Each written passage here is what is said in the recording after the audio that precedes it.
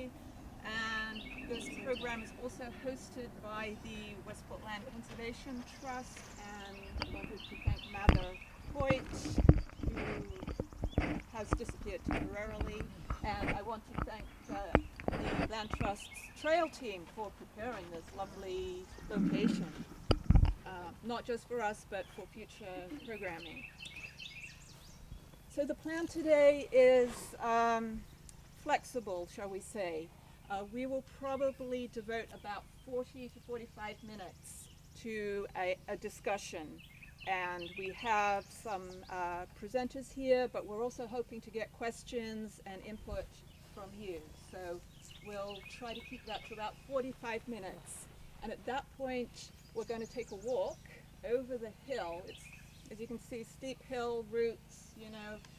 If you don't want to take the walk, that is fine. It's about a 10-minute walk, and we are going to take a look at the mysterious remnants of what might be a mill dam or might not be. So that's the plan. I want to start off the discussion by saying that we know quite a bit about the mills in Westport. It's not an entirely unknown topic. So we have the work of Henry Worth, early 1900s. He wrote quite extensively about the mills. We have some research by someone called Martin Butler, who I never met, but he has written about the mills. We have the videos made by Pete Baker, Ann Baker. She wandered through the woods and someone videoed her. You know, they're not beautifully produced videos, but there's information there, and it's all on our website. We also have the work of Tony Connors, former president of the Historical Society. And in your handout, there is a link to a page on our website that has all of this research. You can access it all. You can download PDFs. You can do as much of your own research as you wish. But there are a lot of gaps in our knowledge. It's a very complex and ever-changing scene of mills. Where were they located? Who owned them? What did they produce? And on top of that, the landscape itself has changed as well. So maybe we'll start to get to the bottom of some of that today. So with us, we have Richard Gifford, who is one of our local history experts.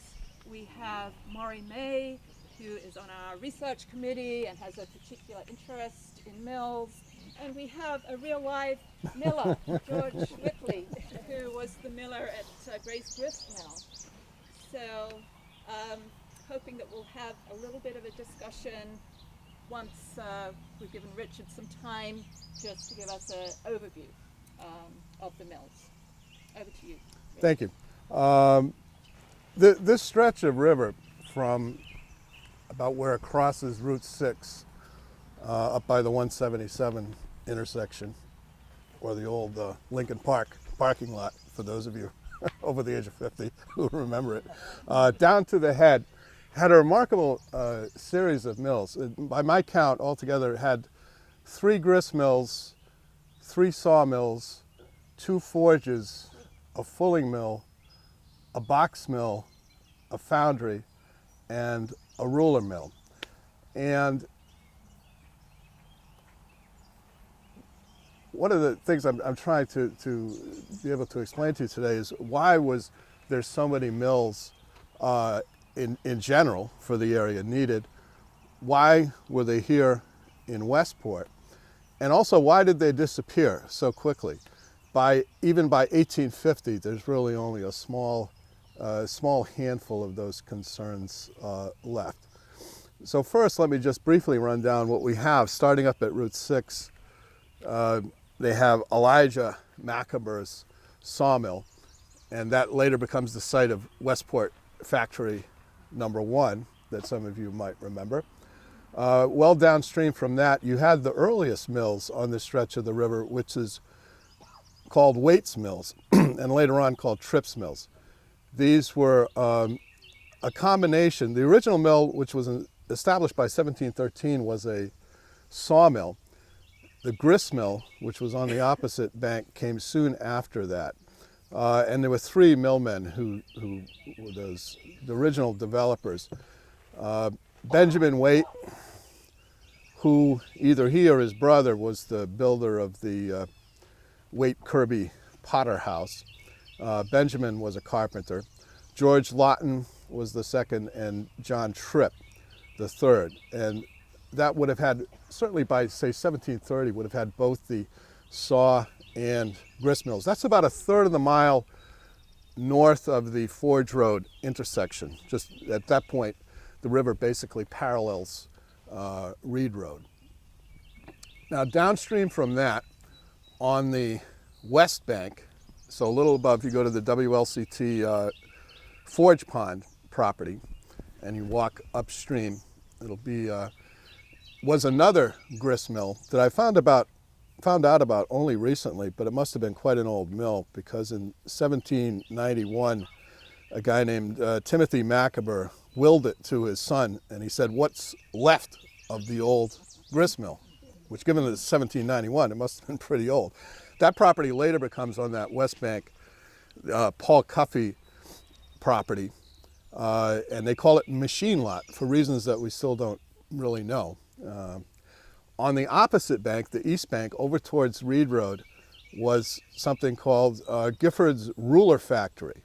And these are not, school children rulers. These are in the nature of a kind of folding carpenter's rulers that were used to measure. When logs were felled, you could use those rulers to calculate how many board feet of lumber could be derived. This was probably at one time the largest enterprise on the river among those older mills. It had 17 people employed in the 1850s, but by about 1870 that mill had completely disappeared, supposedly by fire.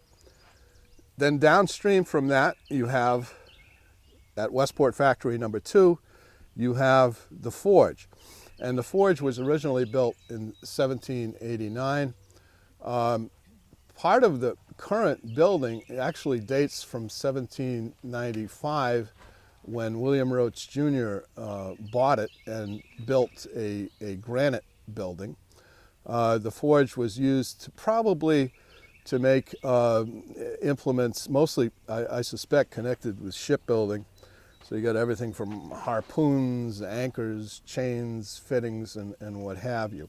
I say that because Roach was so tied in with the whaling industry. The original developers were William Gifford, who has a house still in existence, a couple houses north of the Bell School at the head. Let me see. I can't remember who the other two were in the moment. At one point, John Avery Parker gets involved with the mills, but by 1795, it's owned by Roach. Roach owns it, and one of the things about the forges, and talking about Henry Worth, who Jenny mentioned, as of 1790, Worth writes, there were 10 forges in Old Dartmouth, so Acushnet, Fairhaven, New Bedford, Dartmouth, and Westport. And just by 1830, by just 40 years later, there was only one forge left, and that was the one up here. And what happened, as explained by Worth, and I think accurately, and I'll delve into a little bit later on, the advent of steam power really kind of knocked the stuffing out of the forge business. Downstream from the forge, at one point, you had a second forge further downstream, built by William Gifford, one of the original forge builders. That one's kind of a shadowy history, don't know much about it. Probably in the era, say, 1810 to 1820. Downstream from that, right about where the confluence of Bread and Cheese Brook is, was a foundry run by Isaac Macamber. Again, about the same era, say 1810 to 1820. Again, very shadowy. I do most of my research by looking through land records, and in the case of both Macamber's and Gifford's properties, there's very little in the land records that's helpful. But Curtis Pierce, who lived here at the head back in the late 1800s, wrote a history of the mills along the river, or the history of the head in general, I should say. and including the mills along the river, and he included them. Downstream from Macaber's foundry was what we have behind us up here, way over, which would be Lawton's mill complex. George Lawton was one of the original millmen up at Waite's Mill, and he, about 1730 or so, he decided to build his own mills downstream, and this was, again, a combination grist and sawmill, which over the years also included a box mill. According to Curtis Pierce, included a fulling mill. Well, a fulling mill is where they take, through trip hammers, they're taking and they're pounding wool to make it into felt. But those were kind of not terribly long lasting. The last mill on this stretch of the river was the sawmill part of Lawton's mill, which was still in existence up until about, still in operation, I should say, up until about 1920 or so. This behind us, this was a huge, huge mill pond shown by some of the photographs. Very impressive. I mean, most other mill ponds in Westport were like rain puddles compared to this thing. And so I think what you see when you go for your walk later, you're going to see kind of the eastern extent of the mill pond. This feature here, this hill behind us, is mentioned in several deeds. This referred to as the Sand Hill, because when millers would, these are earthen dams, and one of the things that millers would have their eye on is they had to repair, just like beavers, they got to repair their dams all the time. It gets overtopped by water, which can cause all kinds of corrosion, and water can flow through it. The other thing is that when you dam up water, it's coming from downstream, it tends to silt up in the mill pond itself. So that you between dredging the mill pond and reinforcing the earthen dams, took a lot of work. Why so many mills on one stretch? And it's not replicated elsewhere in Westport. There were, I think, 3 other grist mills, for example, in Westport, but most of the mills were really focused on this one stretch of river. And it all has to do with water power, the application of water power. There's only certain streams that were suitable. And in Old Dartmouth, really, this is one of the places. The other place, Destruction Brook over at Russell's Mills in Dartmouth, was another place, had probably 5 or 6 mills on it. The Pascomansit, again at Russell's Mills, probably 2 or 3 mills there. But places like, for example, New Bedford had almost no good water power to power mills. Fairhaven had almost no water power. They actually had a tidal mill at one time in Fairhaven, so desperate water, except along the Nascatucket Brook. That was the only place they had a mill in Fairhaven. And then Acushnet had pretty good water power at the head of the Acushnet River. So it develops. Now these mills, these are generally mom and pop operations. These are not to be confused with, when Westport Factory comes along and they're employing, hundreds of people really. These are pretty much small-time operators, almost all wooden mills that we know of. And they were kind of supportive of cottage industries. One thing to keep in mind is back in the 1700s, New England was almost like the breadbasket for the Caribbean and the South. And a lot of foodstuffs got exported from here in New England to the Caribbean and down to the South. Another thing that was done, we said, why would they have, for example, a fulling mill? Well, that's used by hat makers. And one of the things I'm always amazed in deeds, you go back and it's like every third damn guy is like is a hat maker or a shoemaker, cordwainer. And it's how on earth did they go through that many hats and shoes? Well, in truth, what was happening, this persisted up until the time of the Civil War, is that local hats and shoes that were made here throughout New England in cottage industries, individuals working would be bought up by jobbers who would then go to the South and to the Caribbean and to the Midwest up until the 1850s and sell shoes and hats, sometimes clothing. Probably clothing came in big a little later. But for those of you Civil War buffs, as you know, may recall, they say that the Battle of Gettysburg started because General Heath's division was sent into Gettysburg to get shoes for his shoeless Confederates. And they weren't always shoeless, before the war, but once the war started, remember, all the shoes that were coming from up here, the trade got interrupted, so they became shoeless over time. So some of these mills were supportive of kind of cottage industries.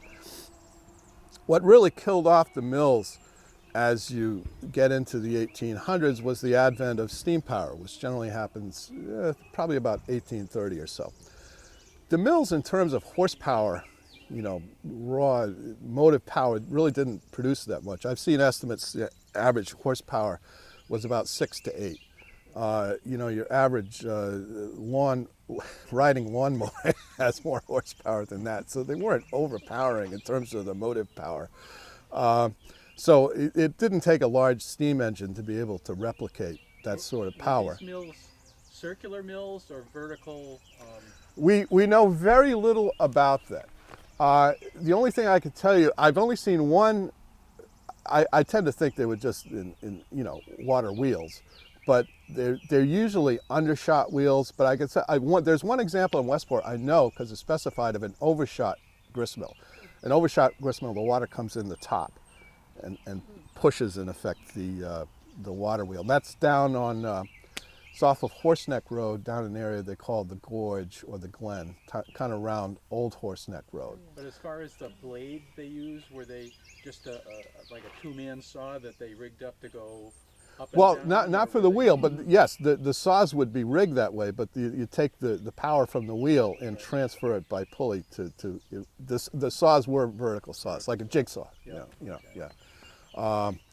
But the difference between the overshot, when it can be used, is captures about 70% of the potential energy of the water. Undershot captures between 15 and 30%, so it's not nearly as efficient. But in order to get an overshot, you had to have the right configuration of the land. There were, as I mentioned, there were some mills elsewhere in Westport. I'll just mention a couple of them. The Case Lawton grist mill, which is down on Sam Tripp Brook off of Drift Road. That was built by 1765. And the Gifford Wing grist mill, which was the one I mentioned, the overshot grist mill down by the Dell or the Forge. Then you have the Tabor Gray mill complex, which is where George was the miller. Is not. I think they sometimes say that was built in 1692, but a little bit more recent than that, about 1714. It's all over the place. Yeah. We have a sign in front that says 1675. I was like, where's the basis of that? I have no idea. So Well, the reason it's mentioned in deed, I know, in the early 1700s. Yeah, it's As a mill. the first mention of it that I found was actually through highway records. And the highway records applying to Adamsville Road, they talk about the road and it ends up over by the pond and it says that Widow Potter's Meadow. Okay. Meadow is like salt marsh. Yeah. Yeah, it isn't even a field. It's like a salt marsh. So that would have been, upstream, about where the mill pond is. And then in 1714, they started talking about the road to Tabor's Mills. It's up there. So I think when they built the causeway, and they had to build that causeway Yes. across from the pond. it. Yeah. Exactly. Yeah, and like a lot of dams, and I think originally the Forge Road did too, that they would build a dam and then build a road on top of it. Yeah. So it's a functional causeway. But that mill, Hopefully you get the state to pay for it. yeah, right.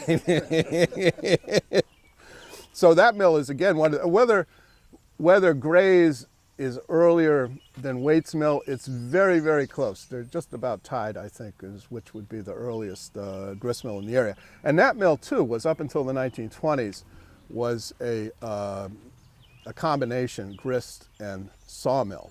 And the sawmill existed on the over towards Brayton's on that side. It's kind of a U-shaped configuration, and then you've got the the grist mill, and then where the daily grind is, that was called the cracking room for Yes. the All mill. the cops used to go in the basement. Oh yeah. Yeah, and they have to once a year hire kids to go down there and shovel them all out. Oh, that must be a pleasant Yeah. job. I heard about that. I have no firsthand knowledge. Yeah. And some of the other mills up further up, Bread and Cheese Brook, you had the Wardell Brothers sawmill, probably up a little bit south of where Bread and Cheese crosses Old Bedford Road. You had a Borden sawmill, which is over on Sanford Road, and later the Borden family added a cider mill. So they build a mill to press apples for cider. Then you had the Mouse Mill, which some of you may have heard of, which is at the end of Mouse Mill Road. That's kind of a later mill, actually, probably built not long before 1842. It's referred to in the original deed as a shingle mill. They say that Mouse Mill, because it didn't produce enough meal to feed a mouse, but I think it's more. It was never a grist mill that I've seen. So I think what the reference is probably that, it's like you could turn the wheel like a mouse powered. It was so little water power coming through it, and it was used as a shingle mill, and then as to make spokes for wagon wheels. That was owned by George H. Gifford for many years, who lived in the Red House down at the corner of Reed and Old Was County. there any record as to how many board feet a mill would put out a day or a week? I don't know. I don't know of any. Yeah, the records are very, very sparse on something like that. About the only thing you can do, you can look at the inventory of the estate of a miller and try to, how many bushels of this or bushels of that they had on hand. One thing I noticed, very rare to grow wheat around here. Corn was by far the dominant crop, and in second place I would say is rye back then. And they grew oats, but I think mainly as cattle fodder. I don't know if they actually milled the oats that much. Were they able to run the mills year round, or was there strictly a That's another good question. I mean, if the pond got low enough, they had no choice except to shut it down in the summertime. And you can imagine in the summer it might have. But I suspect that, in good times, at least where there was enough water, you could run it year round. But that's one of the reasons why they choose a river like this, like the Nokachoke, which had a very good flow to it. And there's references in deeds to the Nokachoke as well as the kind of dividing up the water rights. And there's one where the forge is, for example, the forge pond. There's references to both to being able to get earth from those embankments that are nearby to shore up the dam, but also not to let the water rise so high that it interferes with the upstream mills at that point. And they had I don't know if anybody's ever found it, but there's supposed to be a boulder in the river with a number 2 on it. And it's specified in the deed, you cannot still the water more than 10 rods upstream from that rock. And I assume that's so it won't interfere with the operation of the upstream mill. Yeah. Because there's a lot of mills crowded on that river, so they had to watch out for things like that. Let me see. mill had a dam? Yes, yeah. I've only covered water mills. There were windmills in Westport as well, mostly down towards Westport Point that we know of. There weren't too many of them, but there were a few around. I forgot to mention too about at the forge. In the 1840s, it was bought by a guy, Edward S. Gifford, who made what they call a hoe factory. So he's making mainly farming implements. And he became a 49er, went out there, died in California. And so that was the end of the hoe factory. And then the forge was just kind of vacant until about 20 years, until when Westport Manufacturing came along and bought up all that property. Let me just see if I have any of those. Wardell Brothers, I think I've covered. Borden Sawmill, I think I've covered. Well, that's about all that I have. So. I'd like to jump to George. Sure. And George, you have operated a mill. You want to give me your mic? Can you tell us a Oh, little sure. bit about how that works? And Well, Your I got confused when you were asking about the saw and does it go this way and that way, and I thought you were talking about millstones. Yeah, as far as I know, they only ran flat until probably after the Civil War period. They came up with a different type of milling. I think our head height was about 6 feet, and the horsepower is about 10 horsepower, and I had a 10-horse motor in there. But you didn't run it full or anything like that, so I was probably running it in the 4 to 5 range to do it, and maybe get. Well, back when John Hart had it, he had what, a 1946 Dodge? He did. truck engine. He did have it running, and I think it was a 10 horsepower. When they went to get the electric motor, they matched the horsepower on it because they knew that would work. And Thornton actually got a good deal, I think, on the electric motor. It was like someone was getting rid of one, and it had been running ever since. So. Probably an undershot wheel. After a fire, it had been remodeled and they put a steel turbine in, which was the latest technology. But really the latest technology in a whole dying industry, because stone milling was going out the door in a lot of respects with agricultural shift to the Midwest, and they had what was called roller milling.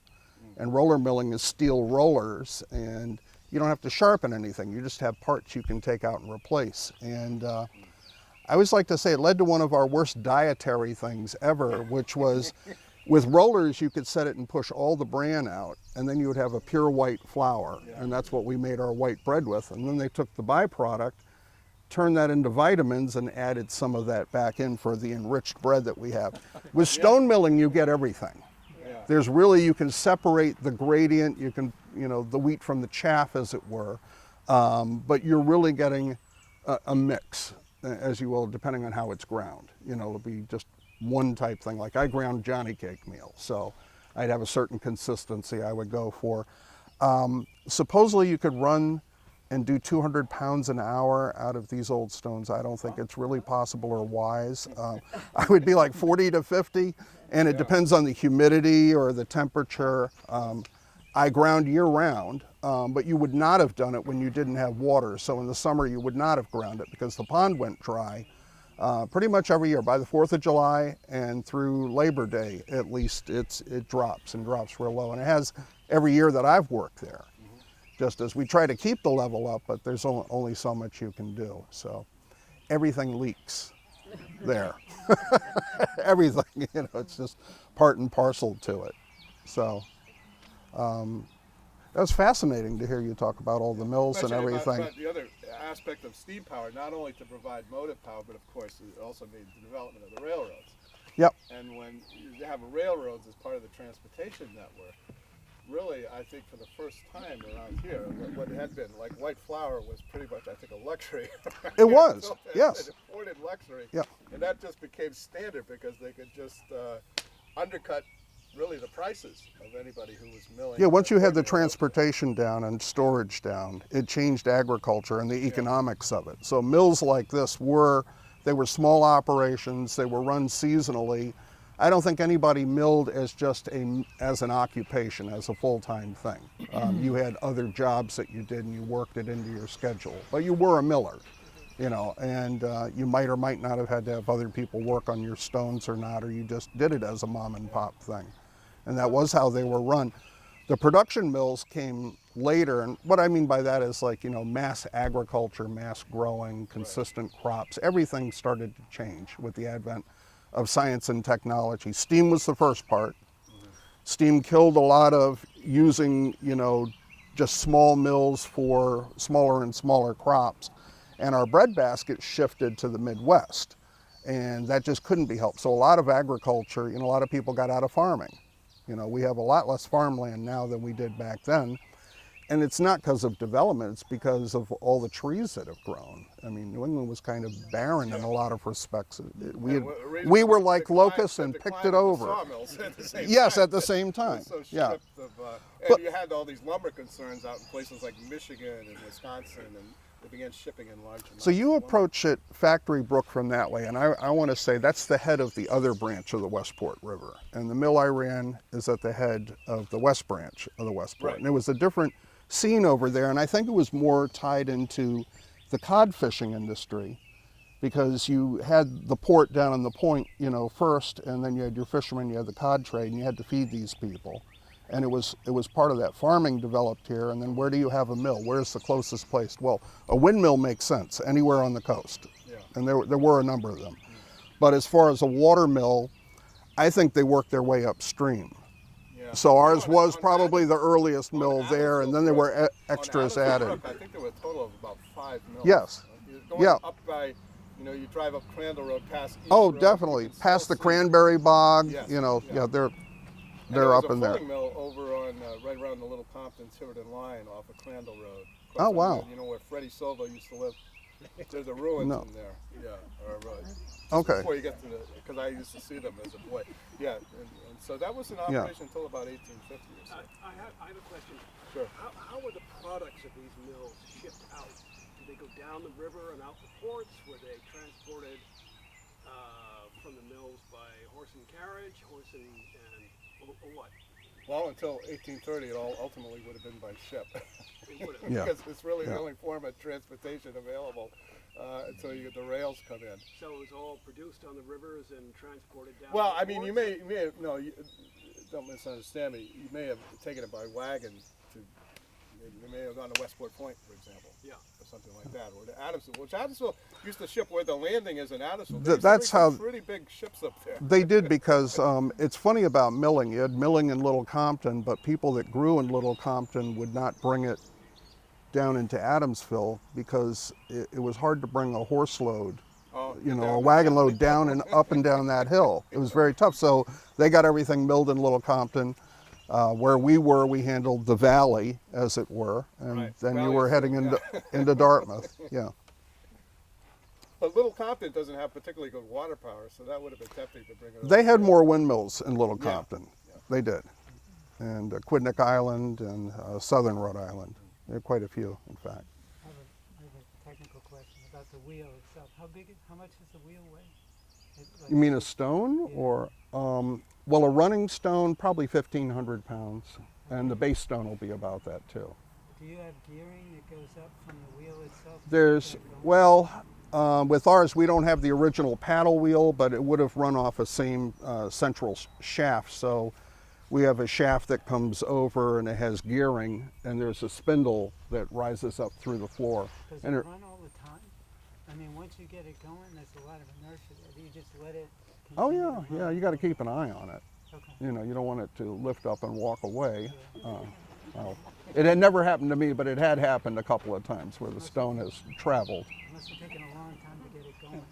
Well, when you're running it like we do, which the motor was run the same way, you ran it off a belt drive and a pulley system. So to me, it was like getting a locomotive started. You've got to build up your head of steam and your power to get moving. Whereas water power, it's more like a Tesla. You've got instant torque. You really do. So a lot of people, like in running a mill like when I did, I would have to leave the mill down on top of the corn I ground, but before I ran it the next time, I'd have to lift the wheel, lift the stone up a bit and run it that way and then bring it down to the grind again, because I didn't have the torque that I would with water power. And I think it was under water power the stone lifted up and off one time. They turned it on too fast. It went and it lifted up and destroyed the stairs, and yeah, it's but that could be a myth too, because so much of the history there is yeah. I'm just trying to put what the mills were used for into categories. Clearly one was for grinding meal of some sort, grain of some sort. Yeah. Another was for shaping wood into boxes or shingles or spokes for wheels or Rulers. Yeah, I'm not, we heard from Richard about textiles and shoes, clothing, hats, shoes, that kind of thing. Was there another category? Well, of- the other would be the forge. The forge and foundry, so metal implements. I think originally mostly probably connected with shipbuilding. There are a bunch of mills, iron mills out in Wareham. So where they used to get the bog iron from out there. You know, you see the cranberry bogs out there. Pardon me? Tremont Nail is Yeah, out exactly. there. And nails continue. I think into the 20th century. Yeah. So around here, but the Roach Mill was unusual, and that may be a reason why it survived longer than the other water-powered forges, in that he imported his pig iron. So Henry Worth tells us, imported it from England. It was a higher quality pig iron rather than getting the bog iron from around here. And so they were able to make the implements. But of course, as you know, you get to the 1830s, 1840s, another thing that's happening, not only the improved rail transportation network, you're beginning to have the development of iron and steel industries, places like, at first, Bethlehem, Easton, Pennsylvania, Lehigh Valley, that area, and then ultimately, of course, Pittsburgh. And they're able to just mass produce things like farm implements and things like that put paid to any sort of much of a local iron industry, with a few exceptions like the nail factory out in Wareham. But on a fundamental level, a mill allows civilization. It's the ability to store, grind and store excess food. And water power gave us, a couple of things. It gave us shelter by the wood, because that was used for primarily, planking and house building and shipbuilding, I think, initially. Steel I had never thought about as an aspect of textiles, but it also fed you. And those were important things in colonization, as it were. If you're going to have agriculture here, you're not going to ship out whole grains. You're going to grind it here. You have a value-added product. And yes. Did the Cynthiad hurricane have a big effect on Gray's Mill and Gray's Mill Pond? Well, I've heard a couple of stories. We were water powered, and water power did run the mill up until the 60s. People recall seeing it being run by water. He did have the motor there after World War II. Okay. And I think it was a combination of Yankiness. Water's free. You run it with water while you have it, but when you don't, you're not out of business because you've got power. And that's a compliment, to him. That's what makes sense. You had reliability with the motor, but it also cost you money. But they would run off the same belt system. You probably didn't have to do much to change things at all. One change it made near there is that they used to have these big ice houses. Right. Between Gray's store and what they call the bake house, which is now offices. There was I think 3 big ice houses. When they one thing you can do in the winter is harvest the ice from the mill pond. Yeah. And that was a big business around the turn of the century. It was huge. There were the saws at the mill, and a lot of the implements were still there, and photos. They used to shut down. Adamson wrote that location. They used to shut down the causeway. They had some sort of an alternate route for traffic to go in behind where the mill is. Well, they did, and that was, I guess they called it Ice House Row. If you look in back of the office building at the mill, you'll see stone piers sticking up, and that was one of the foundations of the buildings. So they would come in from Gray's, load up with ice, and then bring around and pay for it at the mill. I think that's how they ran it, and that they was. Used to have these big chutes that would go all the way across the road to the pond, and then they would haul into the ice house. Bring it into the top story of the ice house, haul these huge blocks of sawed ice. Yeah, there's an historian economic historian who wrote, "Only a Yankee would think of chopping up the winter and shipping it down south." But they needed it down south. My God, you can't survive without it. So the original mills up at Forge Pond, right? Is that where they're located? Because they're ruins on either side of the Nokochoke up at the Right. Forge I Pond. would say the original mills date quite a bit earlier than the forge, about 1713. Those are well upstream from where the forge is.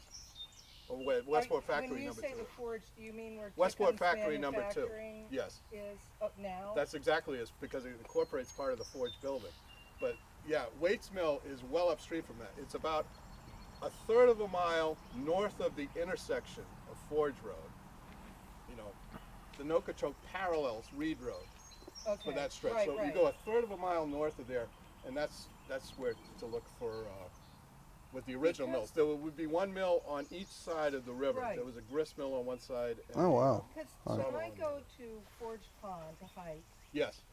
and I go along the Yellow Trail, which borders what, the east side, no, the west Yeah. side Yeah. of West the side. pond, Exactly. Yes. there are ruins. Yes. Yes. And That's- then there's ruins on one side and also on the other side. And what are those? Were those mills? The first ones you're going to come to, I mentioned this briefly. Those were the old mill that it was probably built by Ezekiel Chase that Timothy Macaber mentioned in his will in 1791. He says, what's left of the old grist mill? So there was yet another grist mill in between Wade's Mill and where the forge was. Oh. And that's on that west side. But what's on the? The ruler factory is on the opposite side. Oh, because I'm doing some research on Oh. that location Oh, good. for Yeah. the land trust. Yeah. And I was confused. I was trying to. I thought those were the original. No, I think Sawmill. Wade's Mill is still It's upstream from those. further Yeah. up. Okay, Yep. so tell me again what is the one on the west side? The one on the west side, that would be the Ezekiel Chase grist mill. Ezekiel Chase, I don't know exactly when he bought it. You can't tell anything from land records, but it was later owned by Timothy Macaber, and from his will, which I only looked at his will because Timothy Macaber was the owner of most of what the WLCT Dunham's Brick property, and I was looking for that reason the will, but I saw that he was willing this 48.5 acre parcel that's on that west side of the river to his son Timothy and Timothy Jr. And it says, it just mentions, what's left of the old grist mill, which tells me that there probably wasn't too much left of. There must be some remnant of a dam and a sluiceway probably. Later on, Paul Cuffey owns that property, and it's called the Machine Lot for reasons that we still don't. Owns Can't the be sure. property that the Ezekiel mill was on. Yeah, exactly. That was a 48.5 acre property. The town of Westport owns it now. So if you ran a forge, what did you need the water power for in a Well, forge? it's like trip hammers. Okay. Instead of being Instead a of banging blacksmith your- and trying to sit there doing it all Yep. by hand, you have trip hammers that can help. Make life a lot easier. Yeah. So what did they use to melt the bog iron? Well, in terms of this forge, Roach Forge, the pig iron was imported from England. Okay. So they already had. The only reference to a foundry is in Curtis Pierce's history. See, Roach would have imported it all, but there was supposedly a foundry around where the confluence of Head and Cheesebrook and the Nokachoke River was. But you used the foundry to make the. And that they would have fired just from charcoal. Yeah, exactly. Yeah, and one of the things about iron making, as you get into more sophisticated iron making and then steel making, charcoal won't do it after a while. You really need coal, coking coal, to make anything worthwhile.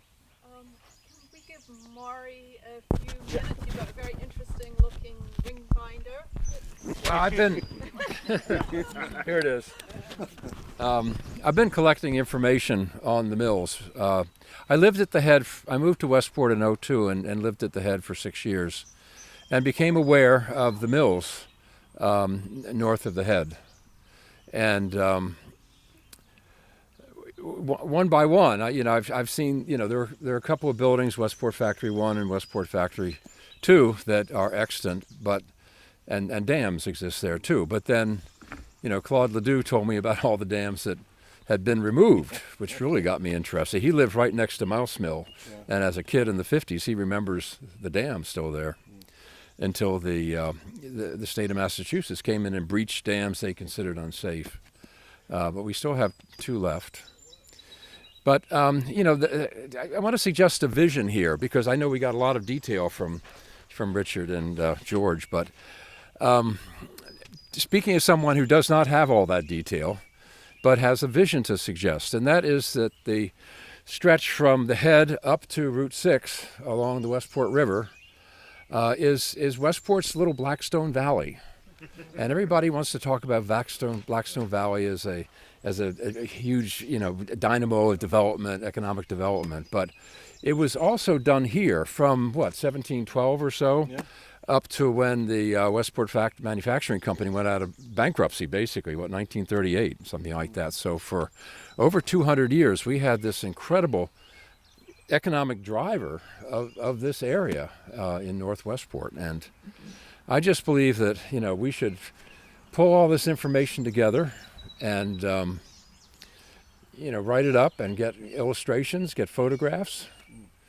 I've already talked to Ray Shaw about illustrations, And so that's just my contribution here today, that this vision that maybe we can actually put this section on the map of, the economic development historical map of this area. And I know a lot of it was in the 18th century, and, water power moved to where there was stronger water power or even steam power.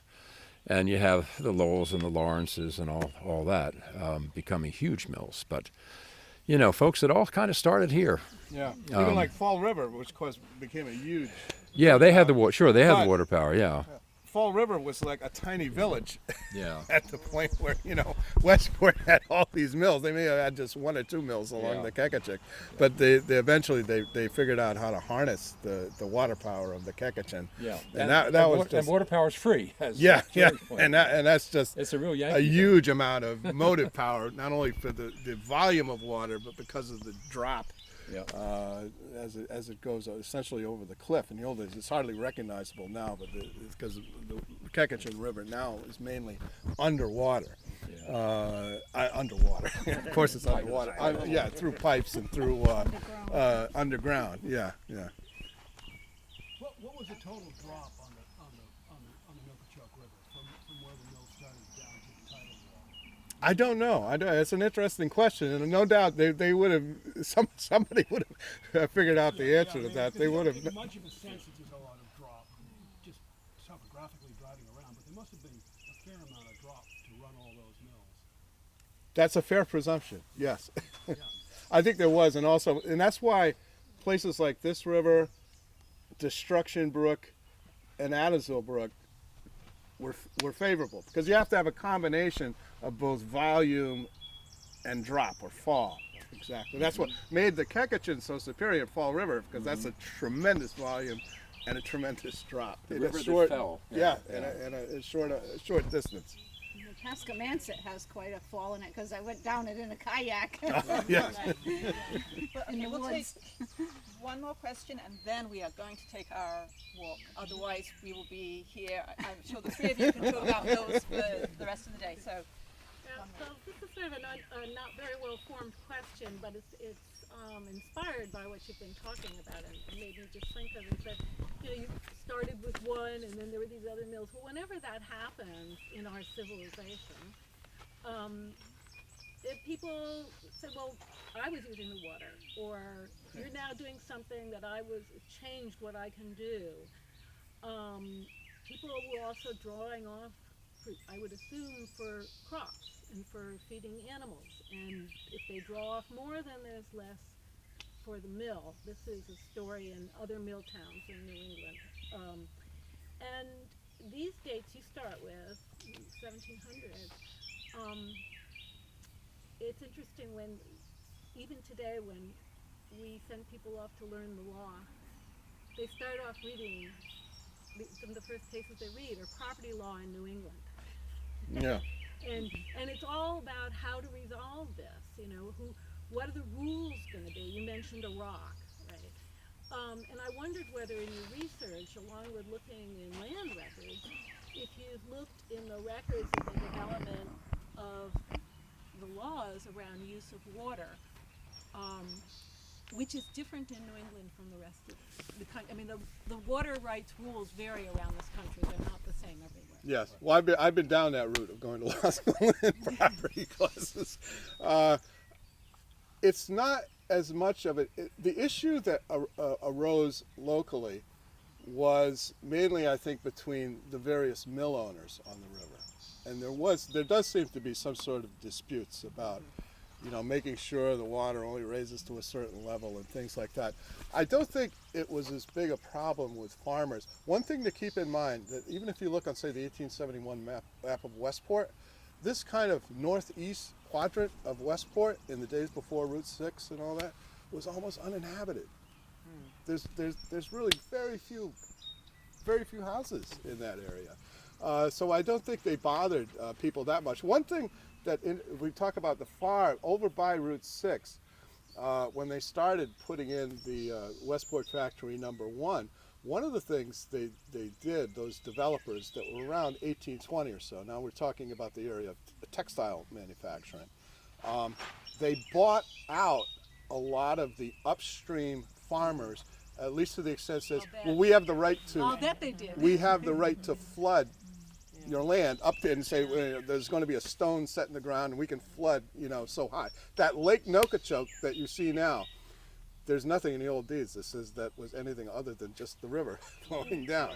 But when they built Westport Factory number 1, they started that whole process that results in that very large body of water that you see today.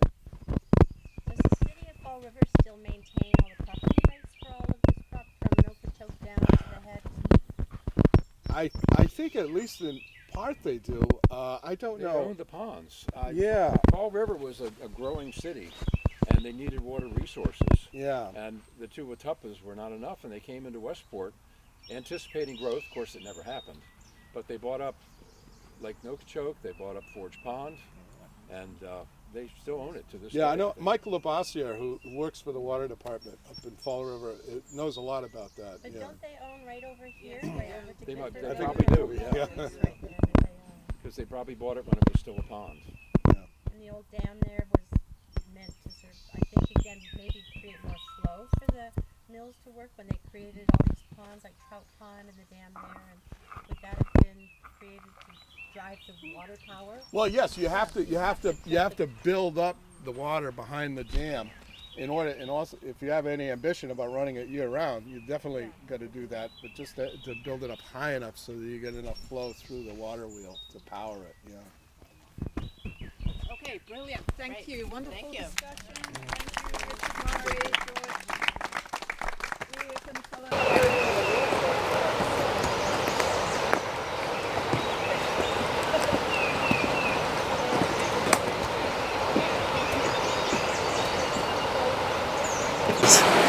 The 18th century.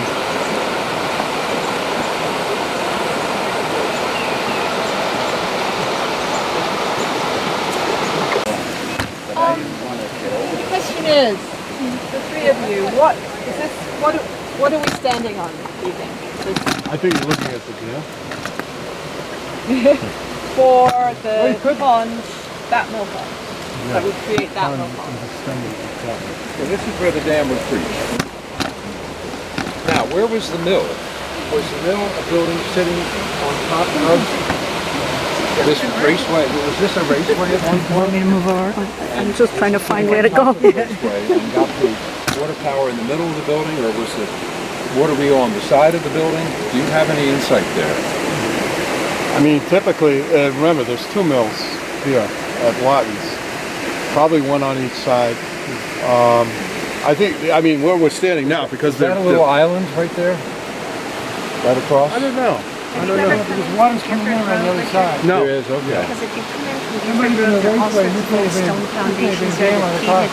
excavated. Oh, Somebody really? carries It a comes mighty big across rock. to yet another I don't think there was a area that stone looks dam like this is across it, beautifully because you formed didn't and have obviously stone constructed. walls. So that could have been where the mill was. Oh, on the that other yeah, side that of could be. Clifford Road. And there's Yeah, because I don't raceway. see anything here that looks like sluiceway, raceway. There is a raceway on the other side. There is. There's a raceway on the other side. On the other side, if you go in from Gifford Road. So, do you know Mike? So this created the height and back it On up. Mike's Power years ago, But but there's gotta the be something city of on Fall the other River side, owns too. all this over here, is my understanding. And if you come in from Gifford Road, that's all their property. And you see the raceway, and you can follow it down at the very end of the, where there's a little red cape on the left. Oh, okay. Just before that is the end of the Fall River property. And you can go in there, and you can see the raceway and the other dam, or areas like this. So there's a lot more to see on the other side. Yeah, I think there is. So that might be another sort of adventure that should be had. Yeah. In the Good in the winter. winter time when there's no poison ivy. I like that. You can see everything in the background, the lay of the land. So when was the dam breached? No, I think it was done intentionally by the city of Fall River. It was done with the intent. We thought, well, we're going to restore the natural flow of the water. But what I think ended up resulting. I'm sure Claude would. The state came in and Oh, was that it? demanded they be breached. Yeah. And I think it was for safety reasons because either you Oh, keep up- yes, you yes. keep up the That's dams, another you have to reason. Yeah, spend we a lot had of that money. issue over in Little Compton too. But if you had a storm, breach the dam, Yeah. then you would have, you have Flood out. head of Westport flooded out. Yeah, and they, Yeah, my sense is in thinking about, I think this may be in the nature of a spillway. So it's meant to, you're diverting some water around this way. yeah, in case in the water spring gets when too there's high. too much water. Yeah, Yeah. yeah. And maybe because the dam extends a long way, I think, westerly from here. And probably the mills were over on the other end, which is actually the sluice way. Okay. Yeah, probably the sluice way. And it's really the access for everybody bringing things in and out Yeah. is over there also. Yeah, the original, Reed Road was called the Road to Waitsville way back in the early 1700s, and Gifford Road was called the Road to Lawrenceville, and it only existed like as stubs. They only dead end roads. Gifford was Beulah, wasn't it? That was much later. Oh, yeah. much later. Okay. Beulah Road comes from there was like a Methodist camp meeting. After they built the railroad, the trolley that follows Route 6. It's up, you know where the CVS is on Route 6? Oh yeah. Yeah, I think That was called Camp Beulah. So they held that. They had like a little parkland. They used to have Beulah, picnics. not Beulah. Yeah, Beulah. There were a lot of campgrounds here. Yeah, and they had, of course, Cadman's Neck. Yep.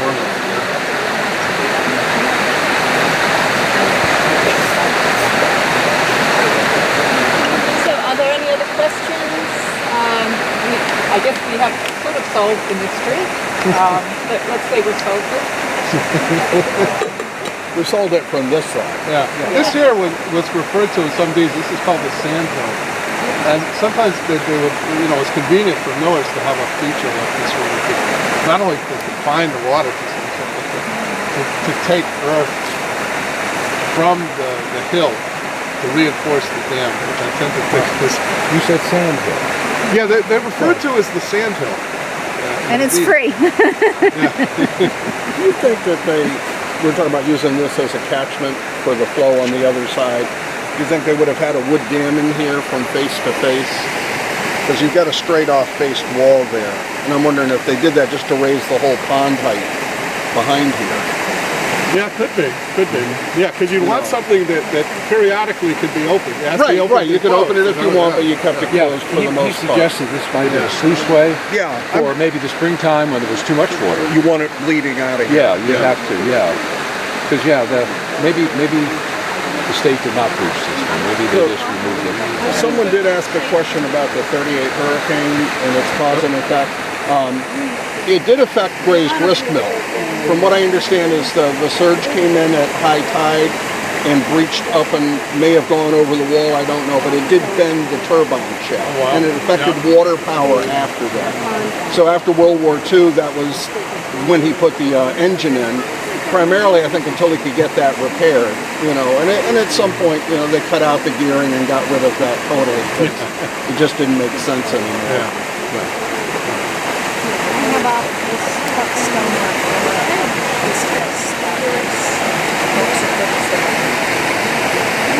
Oh, this is basically to block the water. Yeah, I think just to elevate it.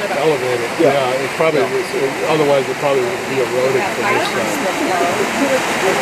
Well, it's building up the water level, but you have this, it's probably a spillway, so if the water gets too high, then just let it go through some sort of a movable gate, or an openable gate.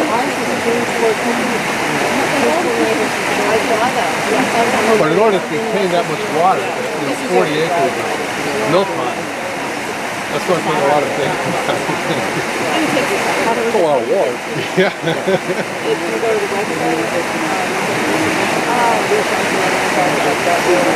So can we just, do we have to get permission to Fall River to go on their property and visit the other side? Or we can just go on? Look into it, maybe talk If there's a marked sign there, I think we could. talk with the ferry. dumb. They will know. Yeah, or I can just get the map and I could stay on Fall River property. I think I'd be safe. But for an official tour, I think we would need permission. yeah, But for an, probably Mike but would for an also very probably unofficial do it. tour, I think. Yeah. Are you recording this? Yeah, but I'll edit it out.